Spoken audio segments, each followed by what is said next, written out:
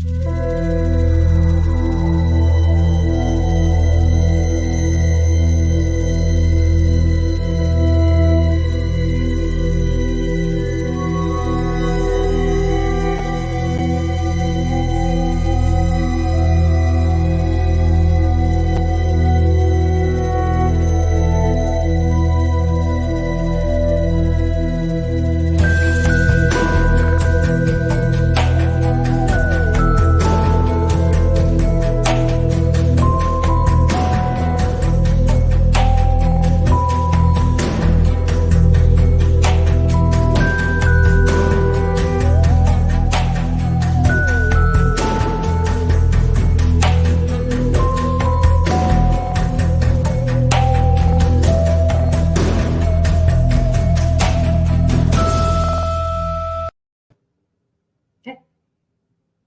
we are, Gettysburg, with none other than Mark Nesbitt.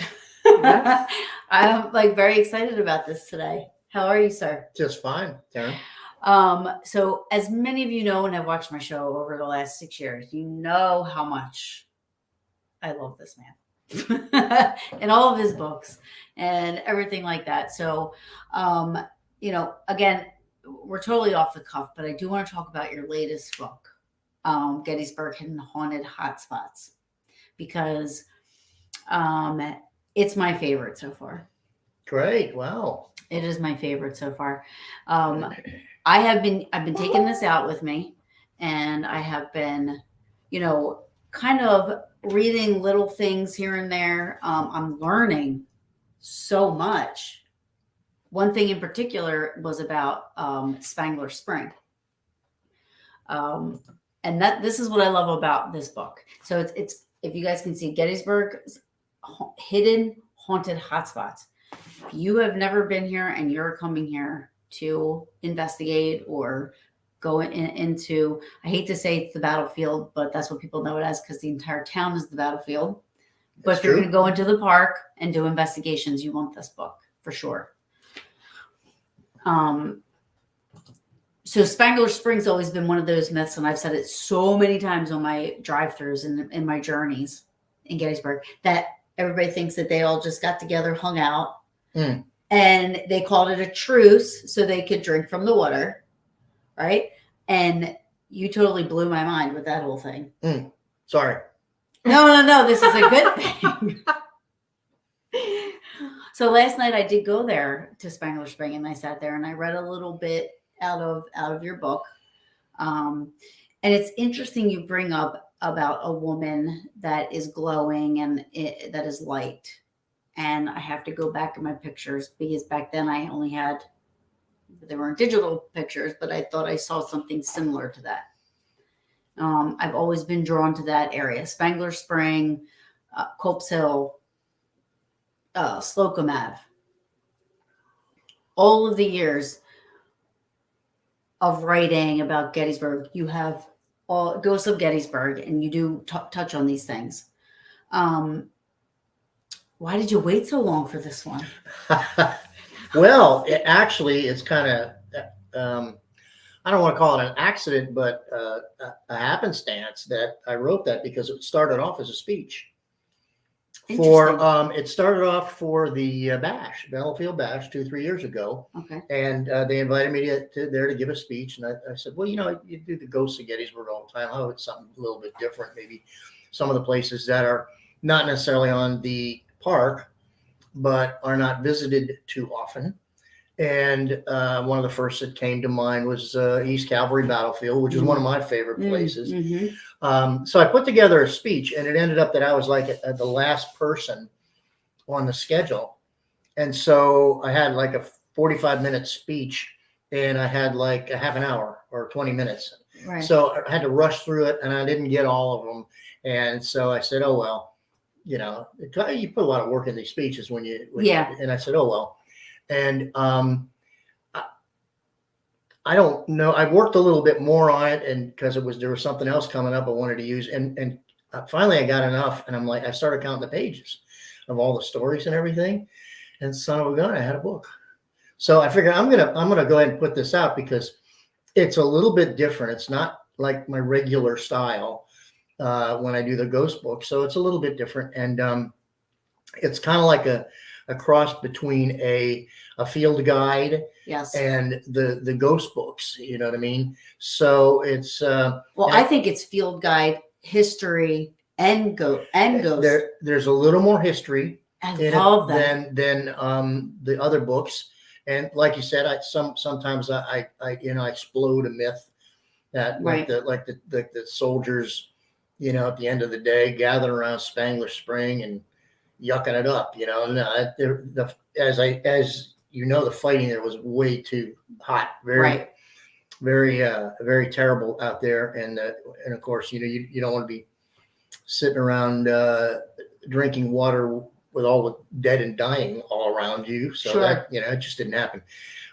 But at any rate, that's one of the spots. And also the Culp's Hill Spangler Spring, when they changed the park route, battlefield tour route, they kind of left that off. It became an optional Right. route that you could take, kind of a side. So a lot of people don't get to it. And I figured I might as well put some, and there's a lot of good stuff there. It's Spangler Spring. It's the fighting around Spangler's Meadow. It's Party Field. It's the angle, the Confederate angle there that was filled with bodies, things like that. And I'm sorry, somebody on it's Pam. She says, "Wow, that's amazing. Your speech for the bash was the birth for your book." Yes, and she yes, it was. Yes, it was. So yeah, which is awesome. Mm-hmm. Now you told me. Oh, she wrote up here too. Sorry, I'm looking on. I thought she was on that. Sorry, Pam. So tell. Can we give a little bit of a background? Because you are a park ranger, you're a historian, so your knowledge of Gettysburg is not, you're not just an enthusiast. You've been here, so your historic facts are probably been quadruple checked and looked into in your research. But you've been here for quite some time. Yeah. When I look at it, I'm like, yeah, wow. But no, I did. When I became a park ranger, that was what is known as a seasonal park ranger, and that's probably the best job in the National Park Service because you're never in an office. You're always out on the battlefield and giving talks to people. As I was an interpretive ranger during the summer, and then a law enforcement ranger in the wintertime, which was kind of boring after you spend all summer talking to people. But what a great way to learn the battlefield and the what people want to know about the battlefield, because you're constantly getting questions. And I don't know how many lunch breaks I would miss because somebody in the morning when I was at Little Round Top would say, well, what happened in this particular, and you're told you can't make things up. Right. You're a professional National Park Service interpreter. And so what I would say is, I'm going to be at the cemetery this afternoon. Come see me.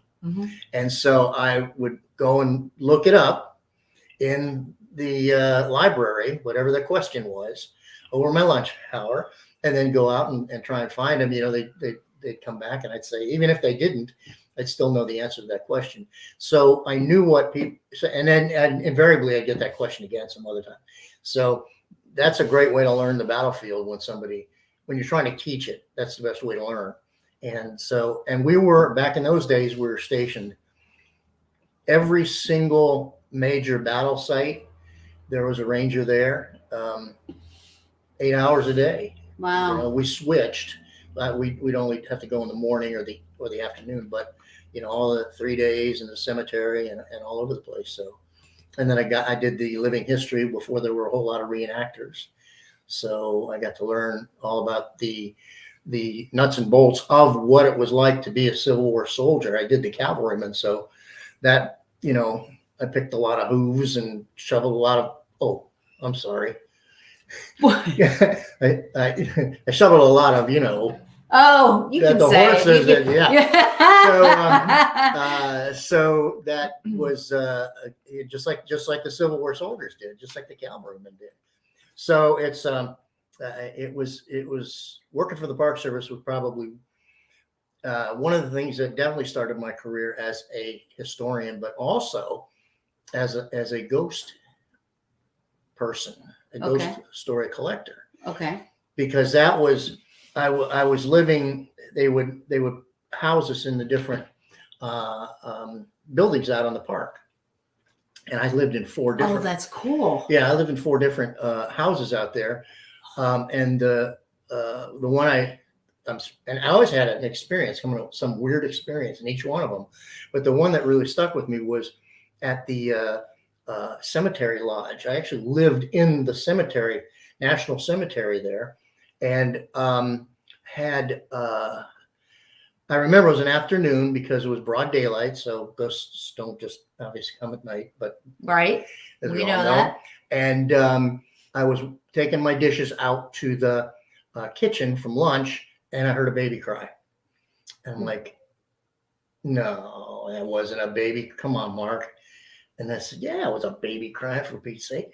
And well, of course, I was alone in the house, and there weren't any. It was all adults that lived there.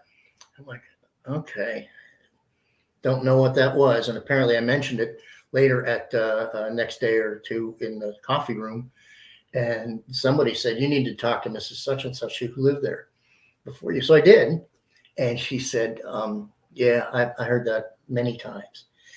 And it didn't really dawn on me until a while later that just 2 doors down from the cemetery lodge is the old orphanage. And we all know the story of the second matron of the orphanage, who was a meanie. She was really bad. Yes, she used so to virtually torture the kids for punishment. And then I put 2 and 2 together and said, did I hear one of the kids like a ghostly, paranormal, supernatural echo somehow? Well, so I got interested then when it happened to me, and I started jotting down all the stories that I'd heard from older park rangers, from tourists that would come in and tell us, from other rangers who'd heard stories. And it took about 10 years to collect enough stories for the very first book, the maroon one up there. Yes, the first one. I got that one. And then within 2 weeks of it being published, I started getting letters and phone calls and faxes. No Twitters or it was. That was pre-social media. Well, yeah, pre-social media. He doesn't ever remember. I got to find the picture. But you were doing a book signing, and that's when I got the first one. It was when you first put it out. You were doing a book signing somewhere, and me and my mom showed up, and I was just cheesing in the photo. I'm like, I'll have to see that. Yeah, I'm gonna try to find it. I do have to say, my favorite story of yours is when you lived in the Wykert farmhouse. The Wykert farmhouse with the door that wouldn't. Yeah. No, my favorite is the blood. Oh, from the lady farm. But he didn't live there. No, I know. But that story is incredible. Yes. But good. Tell the Wykert. And then tell the late, because people need to hear that one. That one's insane. Well, there were some the person who lived before me in the Wykert house. I asked him, are there any, because that was going to be my first house to live in on the battlefield. I said, any ghosts, sir? He says, nah.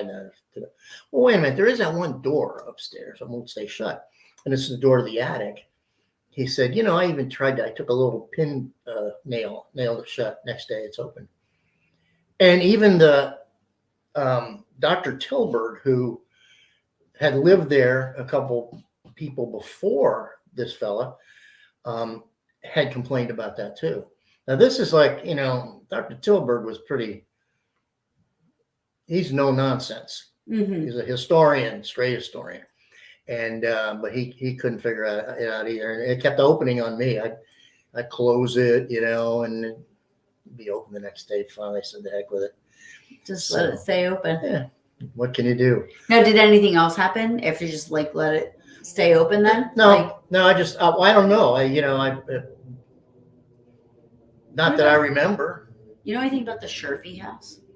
Not a lot. No, I don't know. I knew some people who lived there, but I hadn't heard anything about the Schiffy house. Now, there are people giving misinformation out there saying there's a mass burial at the Coons Brickyard, which even on the Elliott map doesn't show. It doesn't show on the Elliott map. No, it does not. And I know that we researched it and was like, there's no mass burial out there. No, I mean, there's some bodies that are shown out there, but not, if you look at it, it's not right in that area. Right. It was, I think, a little farther north. Yeah, it was more by the train tracks and up closer. South. Yeah, south of that. I can't recall exactly, but no, it wasn't right there in that site. That was a pretty nasty fight, though. Mm-hmm. I mean, quick and nasty. And if you look at the number of casualties on both sides, mostly Union side, you realize. And I kind of break it down in the book by saying the Union soldiers, or at least one regiment, said that they got off about, what did they say, 5 or 10 shots. Okay, and a good soldier, they say, under ideal conditions, could get off 3 shots a minute. Is this guy trying? Okay. Is he really messing with my car? He was out there doing something. Sorry, that's okay. but I keep seeing you him getting a like ticket? I don't know. Welcome to Gettysburg. If my back tire, if he's really bugging out about my back tire, I'll move my car. So at any rate, he said he only got off 5 or and under those aren't ideal conditions under battle. You're okay. You're okay. Okay. And so I figured they only stayed there about 8 or 10 minutes. That's it? Yeah. Because wow. because of the number of shots that they were able to fire, and it was nasty. What is the controversy though with this Elliott map? There's another map, right? Are there 2 separate maps? No, the one that we've been using is and it's been out for years, at least 30, 40 years, the Elliott map. Guy came in on the 5th or 6th of July and started marking where all the burials were. Mm-hmm. And he'd use I guess a cross for a Confederate and just a mark for a Union, and a check mark for horses. Aww. Okay, which is unusual to bury the horses. They tried to bury him at the beginning, and then got to the point where now we can. They were just burning. We can bury 10 men by the time it takes us to bury. So they started burning the horses, which must have smelled just awful. Mm. But the Elliott map is about the closest thing we have to someone who actually took a snapshot of where the burial sites were. Now, of course, many of those kind of disappeared. Because they, the headboards would get knocked over, the cows would be out, and the rain would come and the grass would grow, and the farmer would say, "Yeah, a couple rebels buried out there." I don't remember. Well, wasn't it true too that the one guy that came in after and was photographing, wasn't he moving some of the soldiers around as well? Oh yeah, Gardner and Brady. I think Brady was here, but he wasn't, he didn't do the work. Actually, his buddies did the work.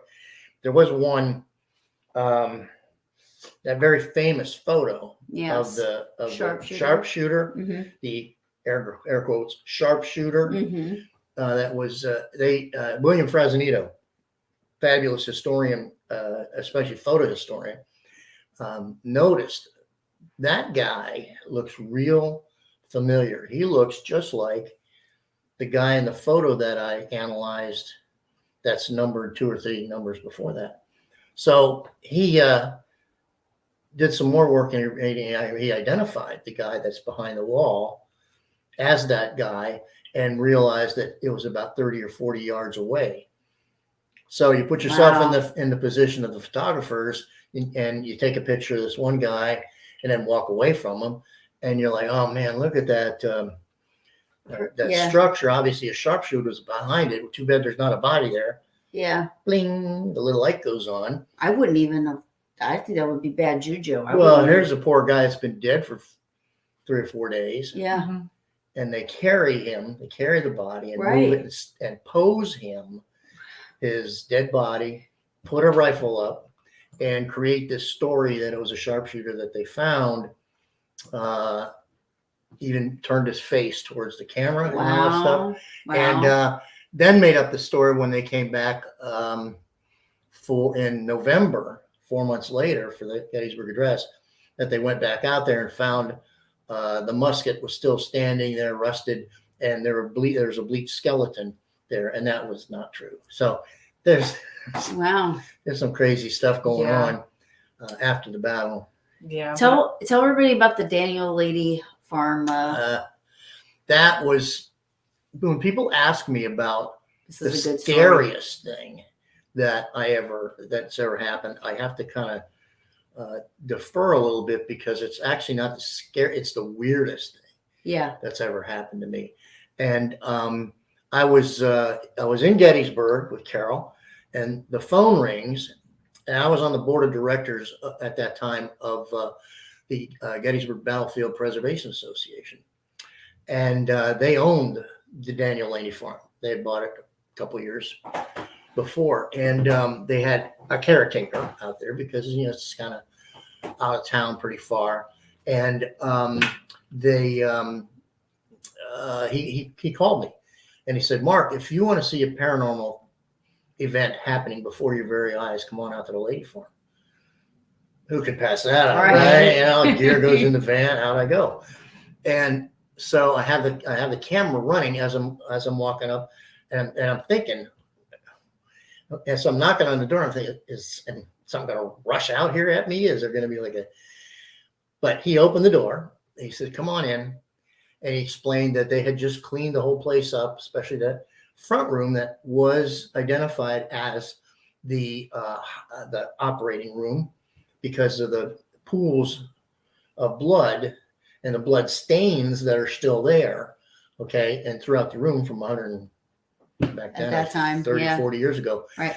And he said, "We had this place all cleaned up, but for visitors, we got to show you what we found today." So he opens the door and I walk in, and there on the floor of the operating room was this liquid, and it was stretched out. It was probably 6-8 feet in length. There are 3 or 4 of them, and droplets of this, and it was rust colored. Okay, dark, kind of brown. And I'm looking at this and filming it. I'm like, "What happened here? Did there a pipe break down in the basement?" And he goes, "No." And I'm looking at the ceiling to see if it's all whitewashed and everything. I said, "What the heck is this?" He said, "I don't know. It just appeared here." I said, so I videotaped. I spent about 15, 20 minutes there, put a yardstick down, took photographs, videos, everything. I said, I don't know what else to say. He said, "I got to get out in the fields. I got work to do out there." I said, "I can't say, I don't know what I'm going to do with this, but I got to go out and work." So I said, "All right, see you later." So I packed. I said, "Wait a minute. Before I go, do you have a tissue?"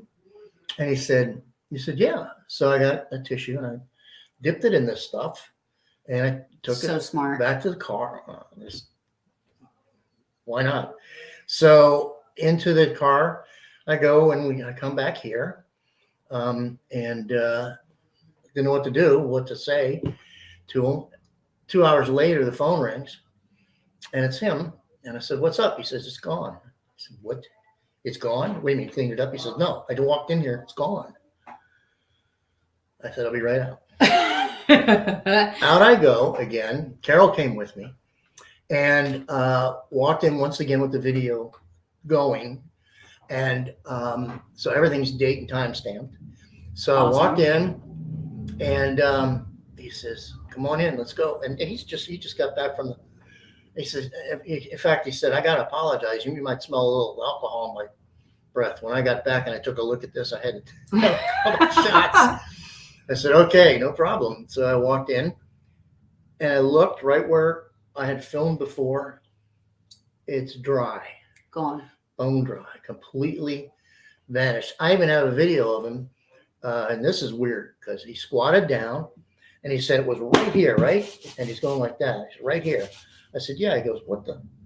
He's got dust on his fingertips, which you can see in the video.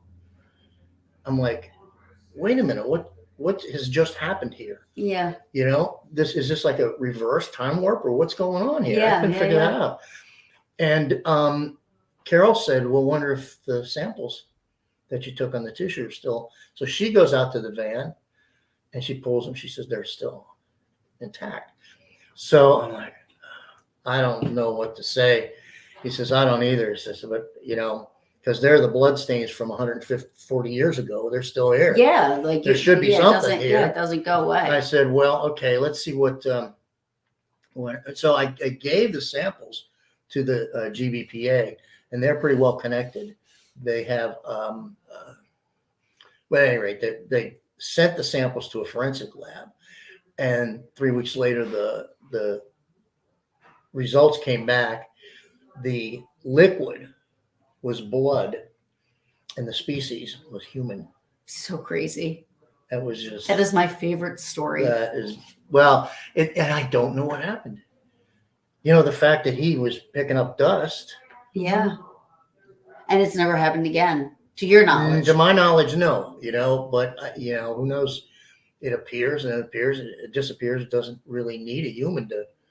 So what time frame was that? Like what month? Do you remember? Oh. Like, was it near the battle? No. No? No, it was not. It was not. I believe it was either in the spring or the fall because I don't know. I'll look it up. Okay. But it was not. Eric says, what was Chamberlain's 20th Maine did defending Little Round Top in the movie Gettysburg really give the credit that him and his men deserve. Mark's book on Chamberlain is amazing. Here's the thing. Some of the things that I heard that people are questioning are things that would naturally be questioned. I mean, people are saying, oh, he really didn't say fix bayonets.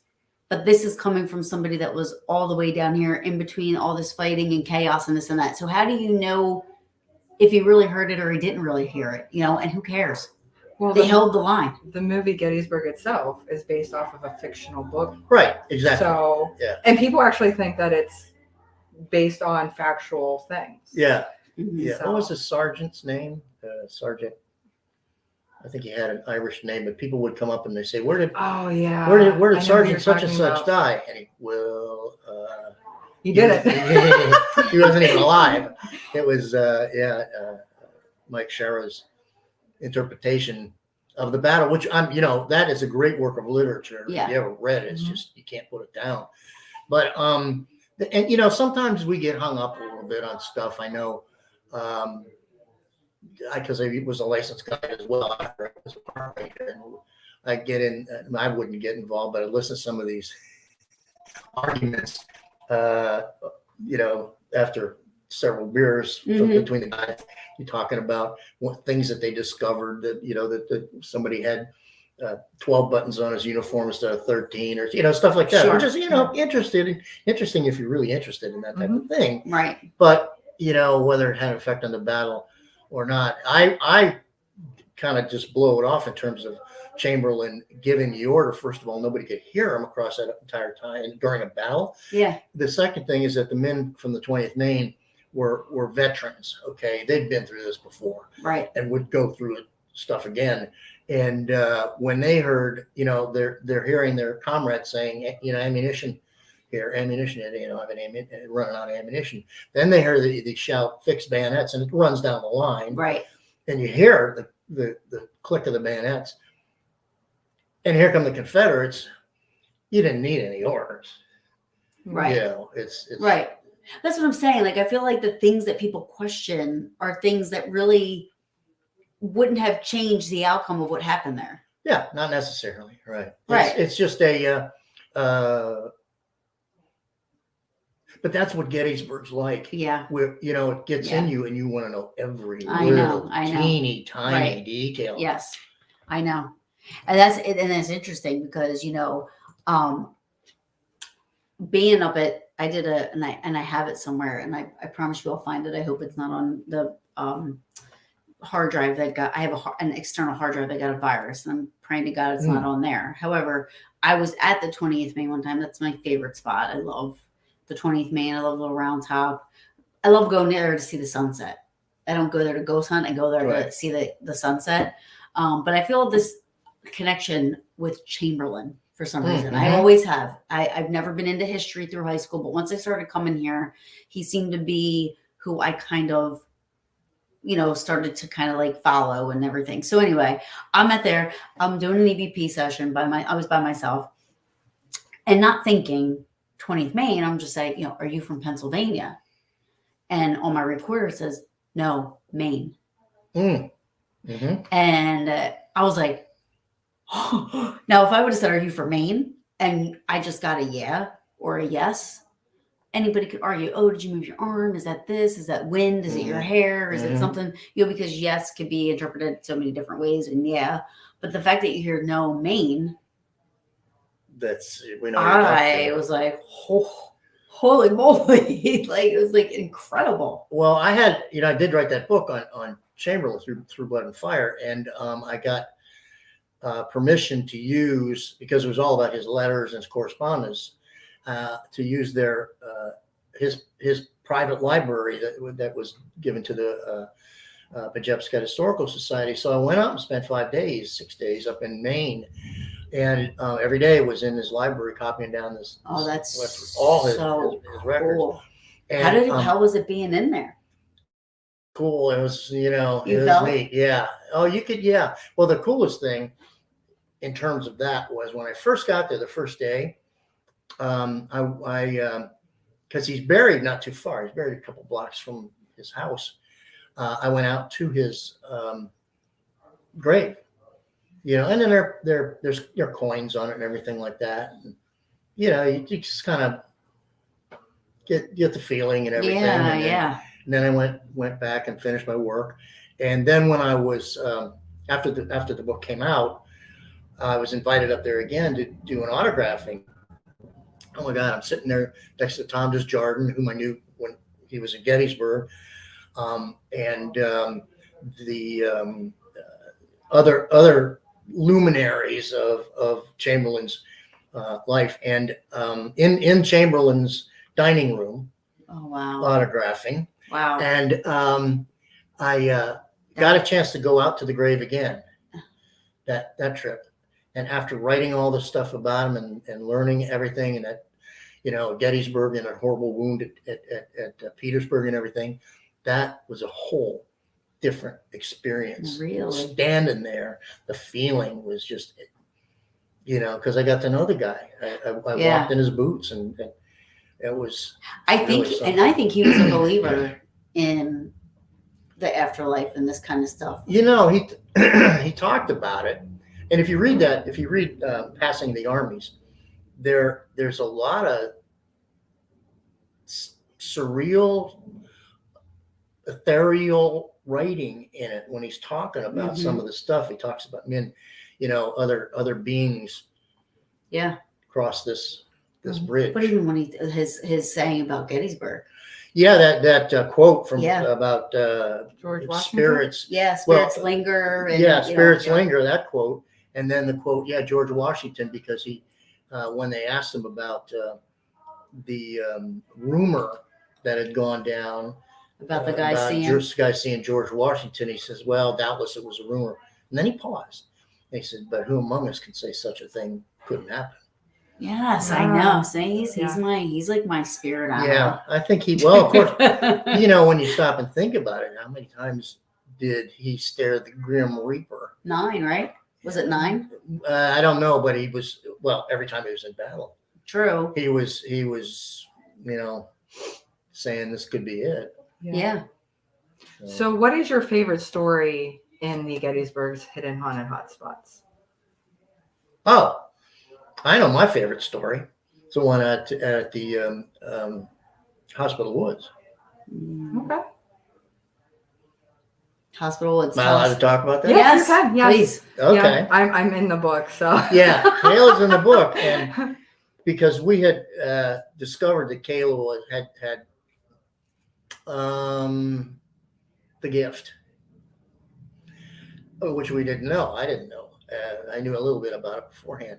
So what we did is I arranged to go out to one of the hidden haunted hotspots, which is Hospital Woods.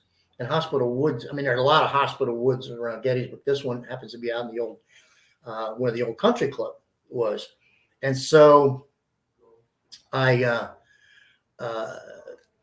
arranged it so, Eric would be doing the filming, her husband doing the filming, and she would go out there with Carol and just kind of get impressions. So, and I didn't know where we were going. no, He she would had tell no Eric idea. where we were going. Nope, she had no idea. So there's no way she could have studied up on it, or not that she would. Anyhow, I don't know if you're not interested. So, at any rate, we took her out there and parked, and Carol.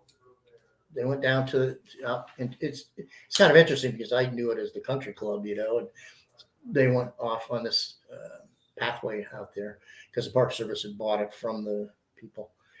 And I was telling Eric some of the history of the site. And so then we went down 5 minutes later to where Kayla and Carol were standing. And I said, first thing I said, so what are you seeing? What are you feeling? She says, well, when I first got here, I saw a woman walking down the street there, and I think she'd committed suicide. And all of a sudden, it's like somebody punched me because I'm like, that's right.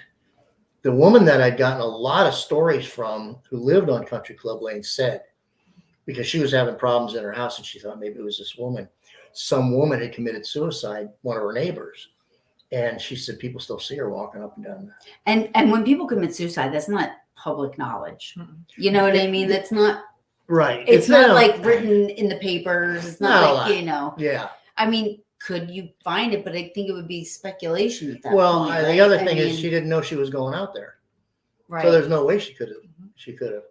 So I said, okay, how about soldiers? Any soldiers? She says, yeah, a couple of, and she called them generals because you're not familiar with the, Sure. But a couple generals came up to me.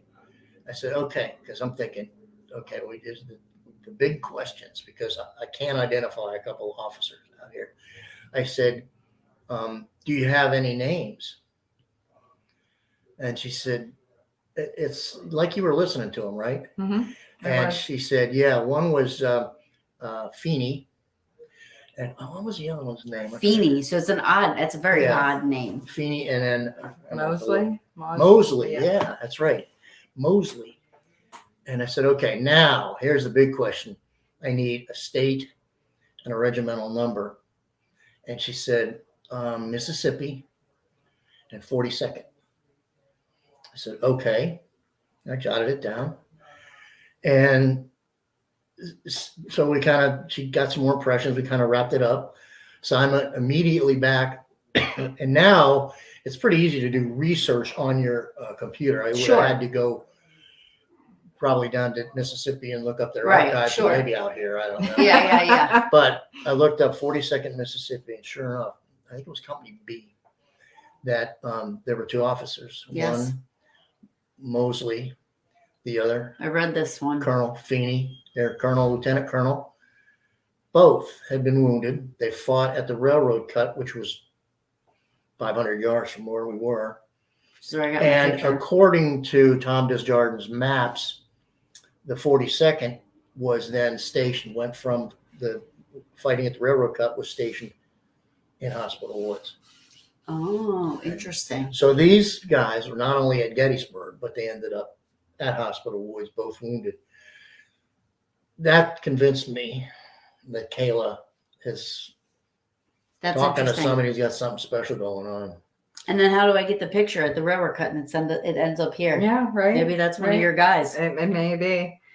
But you never know. You guys know I don't open up about it. I usually keep it to myself. And Mark's like, well, we're going to do an experiment. Are you okay with that? I'm like, with you? Sure. Duh. So that was one. And the other one that I really liked doing was Custer. Yeah. That was interesting. Custer was interesting. I've read, I have this book. It's like the little book of facts of Gettysburg. It's this little small thing. And to read that is, you can't even wrap your brain around how much it took to feed a horse a day, and then what they excremented, and what, I can't imagine what this town was like in those months, because it wasn't just 3 days. It was months of but like to read all that stuff, and then I don't even know where I was going with that. Custer. Custer. So in that book, it talks about Custer, how he was the youngest general, and he was ruthless. He was arrogant too. Yeah, Ruthless. Very egotistic. Yeah, From what I gathered. yeah. Not as men, especially later then, because he was still in his 30s when he died. But he was pretty. Did he die in war? Little Bighorn. Oh, Yeah, Battle of Little Bighorn. Okay. And that's basically through arrogance, because he thought his 260 or 70 men could beat 3,000 or 4,000. But see, isn't that usually the cause of a downfall? I mean, Lee was kind of, this is going to work. Pickett's charge. Well, Lee was a little bit different. I mean, I really, really wouldn't compare Robert E. Lee with. I'm not comparing the two. Yeah. Trust me, I'm not comparing the two, because I Lee, know Lee was an excellent leader, soldier. and he had way more experience. Yes. But Lee was. I think what happened with Lee is we'll get back to Custer in a second. I'm sorry. That's okay. But he gave orders on the way up. Don't bring on a general engagement, I think he was looking at Gettysburg it wasn't Gettysburg then. He was looking at this invasion as a giant raid. Right. He wanted to bring back, because everything he wrote said this entire expedition has to do with how much stuff we can capture and bring back. Right. And they really scooped up a lot of horses, cattle, food, everything they could possibly get to take back into the valley. And when the battle started, he was upset because he's in Cashtown and he hears the guns going off. And he says, I told everybody not to bring on a general engagement. So he rides to Gettysburg. But what's the first thing he sees when he comes over the Seminary Ridge? He looks down and he sees the entire Union line imploding. Mm-hmm. And Union troops running through the streets and his men chasing them. All of a sudden, I think his attitude changed, and he said, we could end this damn war right now. We could end it here at this, what is that town called anyhow? You know what I mean? No one really knew where they were. Right. And I feel like everything that happened here happened by chance. Like even Stewart. Yeah. Yeah, I see what you're saying. Kind of like happened by accident. Well, like they really didn't plan to fight here. Yeah. No, they did not plan to fight here, and so it was kind of an accident. But so I think that's when his mind said, you know what? If I can end this war now, so much the better. That many less Southern boys are going to end up in a grave. So that's so I think that's when Lee changed, and it kind of got at him, and he tried both the Union flanks on the second, and he said, maybe I can do it in the center. They got to be weak somewhere, and that's when it. It's crazy how he didn't listen to anybody though. Well, he lost. He'd lost Jackson, of course. But he didn't listen to Longstreet. He didn't listen to Armstead. He didn't listen to Pickett. He didn't listen to any of them. I don't know if although he called Longstreet his old warhorse, I don't know if he had the confidence in them that he had in Jackson, and he still may have had a little Jackson remorse going on. Can I trust any of these guys? Mm-hmm. So, I mean, he trusted them. Obviously, they're not traitors or anything, but he was just worried. They're. That's my opinion, of what Lee saw and what changed his mind here. So Custer. Yeah. We're talking about Custer. Yes. Yeah. I was just saying. Oh, am I supposed to say something about Custer? No, that's okay. I really enjoyed working with Mark on this. Right. And East Cavalry was one of my favorite spots that we've been to. I actually forgot about Hospital Woods till you're bringing it up. Yeah, okay, as well. East Cavalry is the first time I ever saw a shadow. So, oh, really, shadow person? Where I took you before for East Cavalry, and we were going back, and there's the two monuments. Before I even stepped foot in there, I told Mark, I was like, "Who's Isaac?" And he's like, "What's the last name?" And I'm like, "Brinkerhoff." So he comes back and looks it up, and he can tell me, and he's like, how do you this? Like, it's such an odd name. Yes. It's not like, who's Isaac Smith? Yeah. Well, Right? there's a Brinkerhoff Ridge out Yeah. there, and so that was But working with Mark, and when I'm giving him information, he comes back and researches it. And as soon as he finds something, the way his face lights up just made it all worth it. Yeah. some for stuff sure. you don't even have to research. She came back and she said, "I smell cinnamon." Mhm. Remember that? Yes. And I'm like, because the story I just finished telling Eric. Once again, we did Carol and Which I was Caleb. nowhere near No, when Carol and they Caleb do went the off, history. and I was telling a story about how Custer, his nickname was Cinnamon, because he used to put, you had that long hair, and he used to put cinnamon pomade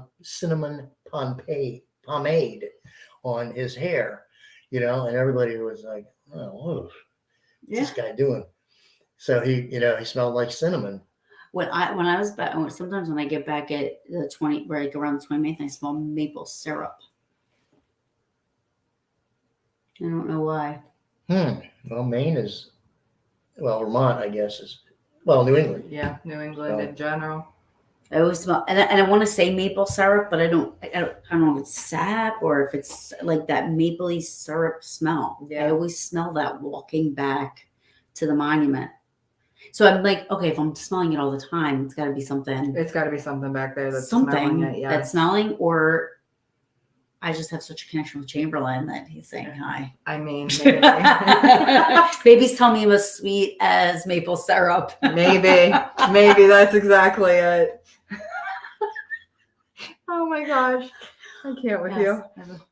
Well, Hi, Brandon. We look forward to having you. Oh, I'm sorry. I'm like totally. That's all right. I'm listening to the we're story. in it. We're in the. Hi, Colette. Hello. How are you? Brandon will be here on the 27th of October talking with Mark and having a meet and greet in the courtyard. Oh, awesome. So what is your favorite Civil War movie? Oh, okay. Well, it was Gone with the Wind. I hadn't seen it. I didn't see it till I was in my teens, but my mom and dad used to talk about it. My mom especially talk about it. Oh, you got to see it. And it really wasn't out again until then later. So that it used to be, but really now my favorite is Gettysburg. It's such a good movie. Oh, boy. Yeah.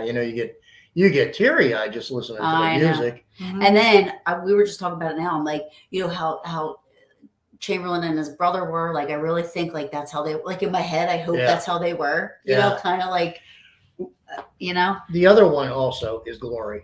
Mm-hmm. That was that moved me on a very. Have you seen Abe Lincoln, the Vampire Slayer? No, I haven't. You got to see it. Oh, okay.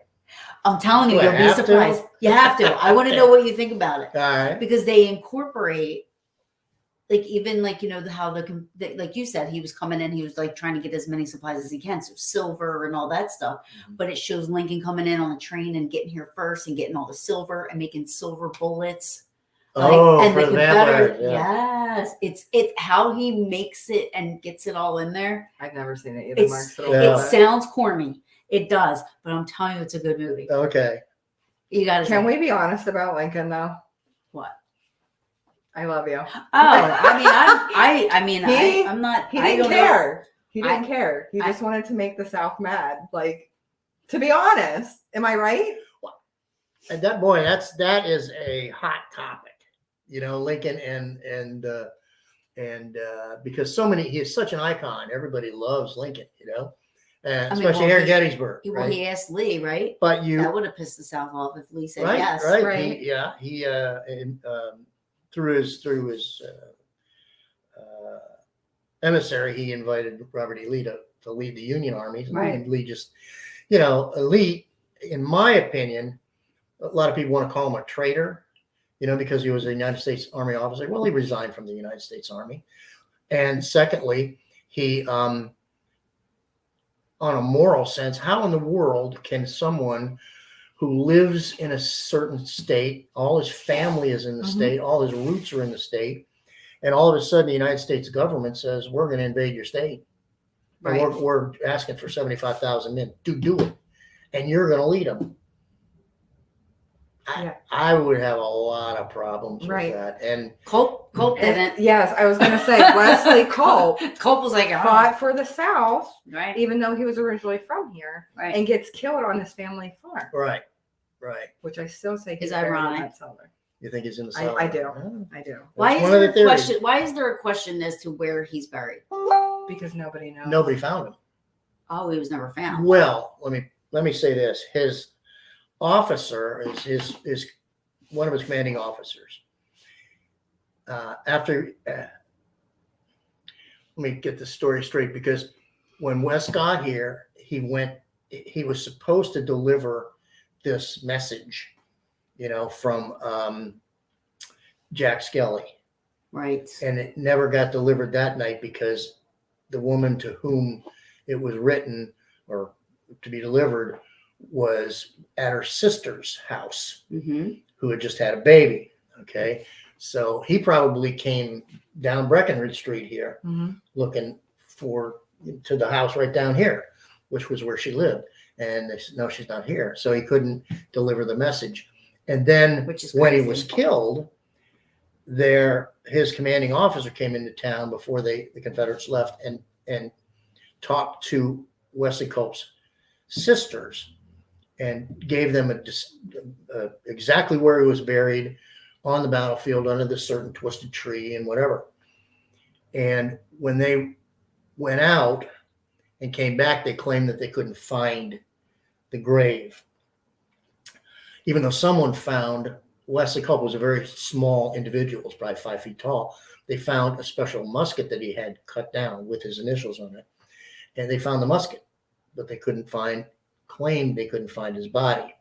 And so there are three rumors that are going around. That the ladies were telling the truth, and I wouldn't want to spend a lot of time out on the battlefield after the battle. Sure. Right. And looking for my brother. and looking for your brother, right? Right. Second, they did find the body and had him secretly buried in the Citizen Cemetery. They're up on Cemetery Hill. It wasn't too far from Culp's Well, Hill. because he would have been looked at as a traitor, right? Exactly, by his Mhm. townsfolk, his people. Or number three, they took him also about the same distance over to his uncle's farmhouse. Because if somebody would have found out saying, "Oh, he's a traitor," they probably would have. So maybe the family was protecting him to keep him buried in Gettysburg. Right, and so they buried him in the dirt floor, which this building has a dirt floor, which a lot of these buildings have to. The family would know where he is, but nobody else would, and so that may lead to some of the hauntings there at the Culp house. Mm-hmm. Because You can't go there, right? Well, it's owned by the Park Service. Is it? Yeah, but I was there, and when I was up doing patrol work, and actually was called out there because they thought they had a intruder one night. The superintendent lived out there, and I was only about 30 seconds away, and I pulled right in. He said there's somebody running back and forth up on the second floor, and I think he just must have jumped out the window around the back. So we went around the back, and the land slopes off, so that was like a 3-story drop. And I'm out there with my flashlight. It's dead of night, and I said, "Jerry, nobody jumped out of that window. They'd still be here." Yeah. And he grabbed the flashlight. He's got to be here somewhere. I said, Wow. That's one of my favorite stories that they tell on the "On tour. a tour, yeah." Because That's it on a involved Mark, and Yeah. Yeah. So the woman that he was supposed to deliver the message to didn't matter anyhow, because it was Jenny Wade. Right. Now Wesley Culp and Jenny Wade, they died a day apart, or did they die the No, same they died day? the same day. That's what I thought. Both of them died. The To my morning. knowledge, the morning of July 3rd. Okay, that's Probably what within I a thought. And few they were hours. supposedly an item, right? No. That was Jack Skelly. Jack, the message that he was supposed to deliver to Jenny was from Jack. But Gotcha. Jack also died, but it was like what, a week A and a half later. Yeah. He So they all died around the same time frame of each other. right. We don't know whether Jack ever found out that both of Right. And then what's the rumor around her being pregnant? That's totally false. Oh, okay. I That was just Hollywood effects made up. Yeah, I think I don't. wasn't that That she was pregnant with. Yeah, No, that was that a was- TV show. that was a TV show, Mhm. Oh, one of was the it? ghost shows Yes. that said Oh, they heard she was baby. pregnant. No. But I feel like I heard that rumor before they got that. Well, if you heard it, it's wrong. Okay.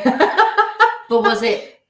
Yeah, Jax. That's why I always- Or was it Colt? It would be Jax because supposedly Yeah, we don't know if so it's it's- even yeah, Right. true. I'm just saying. I know it's not. But supposedly Jenny Wade and Jack Skelly were an item, supposedly, and Wesley Culp was their childhood friend, who decided to fight for the South because he lived there. Right. See, Mark, I do learn things from Very you. good. Yeah, I'm going right along because it's Yeah. Anytime I have a question, I go to Mark. Like when I heard about the Brickyard supposedly had this mass burial that people were coming and asking about, I was like, Oh, what about when Eisenhower lived at the oh, farmhouse? yes. Did they keep it locked so people couldn't go up while he The was? Longstreet Tower is what she's talking about. I believe they did. Yeah, Okay. yeah, because that'd make a pretty good sniper's roost. I mean, I Yes. don't know. When she told me that, I was like, I've never heard that. But Yeah, we gotta ask well, Mark. whenever he was in town, he would come to Gettysburg. This was like like Truman had the Key West White House. Okay, this was like the other White House, and of course Camp David was not too far away. Sure. Too, which he basically started. Now, when Mrs. Eisenhower, when he had died, Mrs. Eisenhower was living out there. They didn't close it. No, It was security was. she not, wasn't. you know. Her life Yeah. wasn't as important. No I'm kidding. Yeah. Well, and Eisenhower No, you know was what kind it of is? more beloved than a lot Exactly. of Yes. Yeah. presidents. But Well, Ike and Mamie, both of them, right? I Yes. mean, yeah, I got it. I saw her. I didn't meet her, but I saw her. And there's some good stories about the Eisenhower farm. listen. Let me just tell you something. I know the two of them are there. Mhm. Oh, okay. I All right. walked through there, and this was before anything, but I could just feel both of them. I said Mhm. they didn't go nowhere. Well, they love the place. They love Yes. I I Gettysburg. said they have nothing. She took me out there and we just sat there and just hung. We kind of just like de-stressed from the day together. And I was like, why haven't I been out here before? It's just so It's amazing. relaxing. Mhm. So that's my place of peace here. Yeah, That's okay. where I go. Yeah, I can And totally feel the two You of them. can feel them there. You can feel the pride that they put into the place. You can just feel their energy around. Mhm. You know, it's funny because people like I remember watching the movie with don't let me go off on a rabbit hole. There's a reason I'm sure I will try to rein you in when I need to. There's a movie with what was his name? The guy that committed suicide. That was real funny. Mork and Mindy. Oh, Robin Williams. Robin Williams. So Robin Williams was in a movie, and it was What Death Becomes, or something, or what dreams become. And it's when people pass away, and it's like in the movie, it's like your heaven is what What you make you it. make it, Mhm. right? Mhm. Ever since I've seen that movie, I'm like, I know where I'm going. The Eisenhower farmhouse, like that's gonna be where I'm gonna be. I truly believe that. Mhm. I truly believe that. I'm like, I'm gonna live there. I say I'm gonna have people that visit all the time. There's people that take care of the property. There's animals here. There's You like, can mess with the tourists. yeah. I'm like, this is like the perfect place. I was like, and I love it here. So this is where I'm coming. I remember going there one day, and I'm like, Ike and Mamie, I am going to be joining you one day. You said that when I was there with you. Like, I'm going to be joining you one day. So, And they've had multiple houses through Gettysburg. Like there's one Yeah. up by the college. You're They right. always felt They drawn in here. 1918 they were they lived in Gettysburg in I think it was After, right? 1918 because oh, he was in command of Camp Colt, Mhm. which was a tank training center right in the middle of Pickett's Charge. Oh wow. Oh yeah, and they had a where that swimming tree pool. is. They had a swimming pool? Yeah, well, no, not where across from the tree. Yeah. Oh yeah, it was Wow.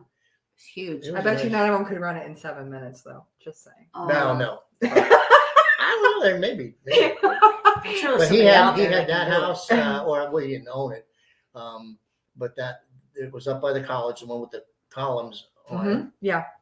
And there's a plaque on there, and then there's another one on Springs Avenue. That's the other one that I couldn't think Right, of. Spring, think because of. we saw that. Remember when we were walking down Yes. there? Yeah, that's another one where they lived. And then of course I finally bought the farm out at on Man, so It's gorgeous out there. nice. everywhere is gorgeous in this town, though. The Daniel Lady Farm, though, is still my favorite farm here in Gettysburg, Mhm. besides the Eisenhower. But the Daniel Lady Farm, because that's where I had my Mm-hmm. first. Yeah, little East bit- Calvary is where I had the shadow. The first time I ever saw something shadowy. Didn't I take you out there for the first time? No. We found out about it. I was at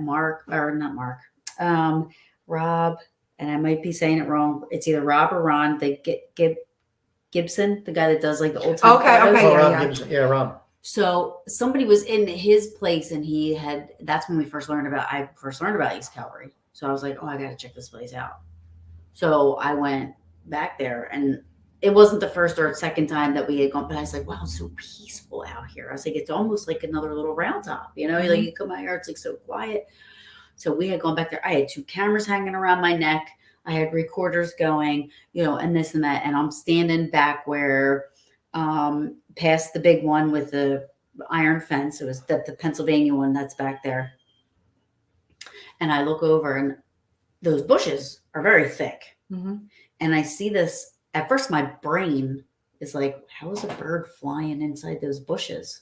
Because I saw something black, and it was like going like that, like going. And I was like, how's a bird flying? And I'm like, wait a minute. I can see through. That's not a bird. What is? And none of the bushes were moving. There's no way it was something flying there. And then finally, it started to come to me. Like it almost felt like it was kind of like, what are you, like, checking me out? Like, what are you, like, you don't look normal, like in and out of the bushes. And I'm like, what just happened? And before you know what's going on, it's over with.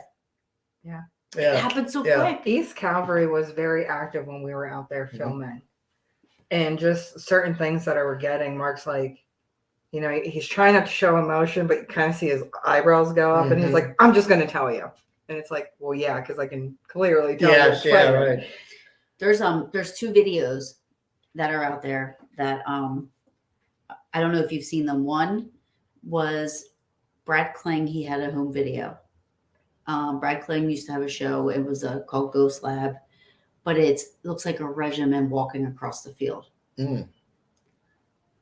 I want to show that to you because I want to see what you think about that. It looks like I've watched it so many times, and I've slowed it down to try to see the battle flags, because there's like battle flags. It's definitely Union, but it looks like they are walking away from where Lee was during Pickett, like from Pickett's charge. Like they're walking back from where Lee would have been. They're walking towards the Union line. And I remember writing to Brad, because I said, and this was like in the 90s that they took this home video. And I said, it's interesting, unless after the battle, the Union line or the Union Army went over there to see if they could find any weapons or what, and then we're walking back, obviously, I don't know why they would have been walking away from that spot. Well, it depends on where you were, because there was a tremendous fight for the Bliss Farm out there, which is not too many. I'm writing about it in Ghost of Gettysburg 9, but it's actually more towards the north end of Pickett's charge. Let me see if I can. And this is going to take us off for a second, but wait. They're going to see what I'm doing. Yeah, why don't we just wait till after? Yeah. Well, I was going to share it's screen. after 5 now. Yeah. Yeah. And then, so that's one. And then there's the home video of the people. I think I was told it was Triangular Field now. I never knew where it was at. Yeah, right. Of the Yeah. Yeah. Well, I also got a photo of that area, and it shows individual. It almost looks like a line of troops firing, getting ready to fire.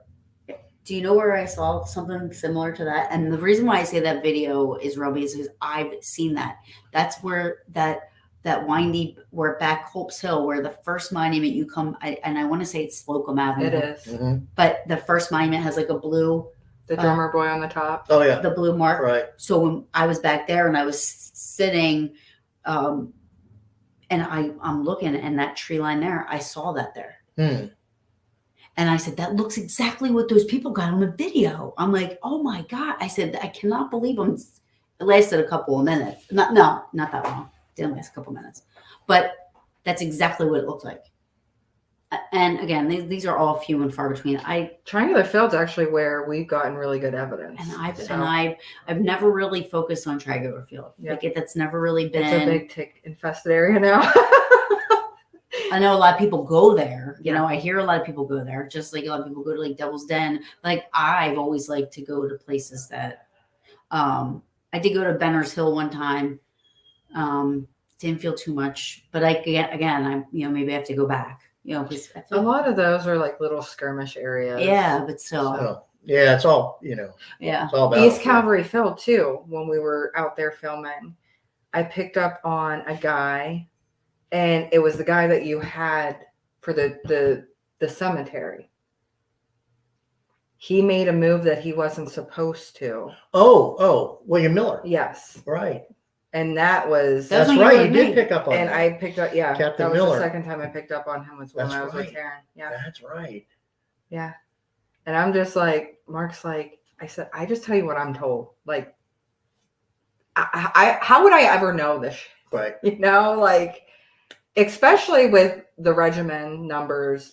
A No, lot of that's- times I that's- give him the company letter. I'll tell you, that's completely then the out names. of the realm of you. I mean, I've studied this battle most of my life, and I couldn't tell you who the officers, Yeah. any of the officers of the 42nd Mississippi. I couldn't even. I knew that there were some Mississippi troops that fought out there. I couldn't tell you the numbers. Yeah. And I don't have sure- access to his database. and, so. and you would have had to study the entire battle Mhm. And know remember where it. we were going. Yeah. And remember it. Yeah. And because that's hard to do too. I mean, it's There's hard so much. to sit there and read and remember everything. And these are like off the hidden haunted hotspots. Like these are off the beaten path Right. places that he's Right. taking me that I'm just like, where the hell are we? Mhm. There's so It's much just we that could field. talk about. Yeah. So There's so much we could talk about. yeah. So much more. Well, This is like the best thing that's ever happened to Gettysburg. yes. Oh, Right I don't here. know about that. Yes. No, I think that. The godfather of paranormal. No, thank you. You're welcome. Yes. Please check out Mark Nesbitt. Go to Ghosts of Gettysburg. Where else can they find you? Oh, by the way, we're doing a live investigation here later, and Mr. Nesbitt. Sorry, Close enough. She's getting excited. I am. He's going to join us for a little bit and get us started and talk some history and give us. So I hope you guys join us. That'll be 10 o'clock will start. whatever time. Is that good? Yes. So 10 o'clock we'll go live. And while he's with us, I'll be live. And then, we'll do off and on, but he's going to help us. I'm just so excited. I'm so excited. Do not trip in the kitchen. It is not allowed. We'll be good. So Ghosts of Gettysburg, please, if you're going to come out to Gettysburg, right here. Oh, a lot. I mean, there's so many others that you can get here. This book is it's amazing. I love it. And Mark will be here signing for the rest of the month. And then next weekend we have Ronald Murphy coming in to do a talk you're on gonna- PA hidden haunted No hotspots. problem. The following weekend we have Mark and Patty Wilson doing a PA haunted talk. And then they'll be signing. And then Eric Altman will be here in November, the first Saturday, Interesting. doing a Bigfoot talk. You think Bigfoots are up in the hills of Up Gettysburg? in the hills, sure. Yeah. Why not? I've been trying to find my connection here, right? You know what I found out? The most history of, now there were Crippers in the Civil War that came to Gettysburg, but I cannot find the connection. But my great-great-grandfather died of a massive heart attack walking up Big Round Top. Oh no, really? 1972. Oh my goodness. I found that out. I never met him. I didn't know him, but Right. I found that out in the records that's where he died. William Cripper, walking up Big Round Top. Oh. Massive heart attack. Wow. Wow. So, let's see. That's my aunt. Loved it. Can listen to Mark. Oh my I gosh, can yes. too. And Oh, I yeah. see Mark daily. Yeah. We It's talk amazing. daily. And I can't get enough of it. No, So, yeah. Like he's lucky because like if I had his number, I would every day he'd be getting messages like, "Hey, what about that thing?" He's used to it. I'll go out on the field and I'll be like, Mark, I'm picking up on this or this or that. And he'll be like, Oh. or somebody will come in and tell me something. I'll be like, I've never heard that. Let me check with Mark. What about the dinosaur print that's supposedly? Oh yeah. So that is a legit. Oh yeah. Yeah. I showed A my dino print? grandchildren those the other day. Well, So there's dino last year. prints on the battlefield. On one of the bridges Yeah. out there. Which you can't get to until Little Round Top. That's opens right. back You up. can't get to it. But I was there. Three-toed. Yeah, the dinosaur. three-toed. I said it was Hoffa's hand giving us the finger. Because I put my hand on it and I said, look, it looks like, I said, it's Hoffa's hand giving us the finger. But it's a dino. Yeah. Well, So this was fun. this was very fun. Yeah. I hope thanks you a guys lot. join us tonight for our investigation, or at least while Mark's with us, because that's going to be ever since I got my first book. That was probably, if it was around 2008 that you were doing this, because I remember it wasn't until I started coming here was when I started to get into the paranormal stuff and started to read. So it had to be, it was before 2010. It was like somewhere back in there, how long it's been. Well, you figure we are the original ghost tour here in town. Mhm. And we've been here for nearly 30 years. Mhm. Sorry, my throat's getting dry. I'll say when Mark came into my life. Yeah. But Was I'm saying, like, probably- he's been here for. So for me to investigate with this man is like an honor, to be honest with you. So It'll be I'm fun. looking forward to You're it. welcome.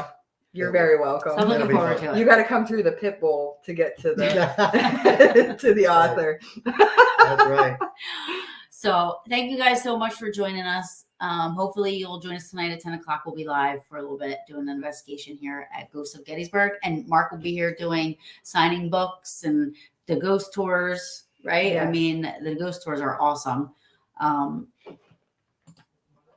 The best ghost tours in Gettysburg. Yes, for sure. thank you, Thank you. Brandon. Thanks, For Brandon. sure. For sure. Thank you all. We'll see you later. Bye. Bye. All right, let me see. I'm so bad at doing this. You're fine. We can wait.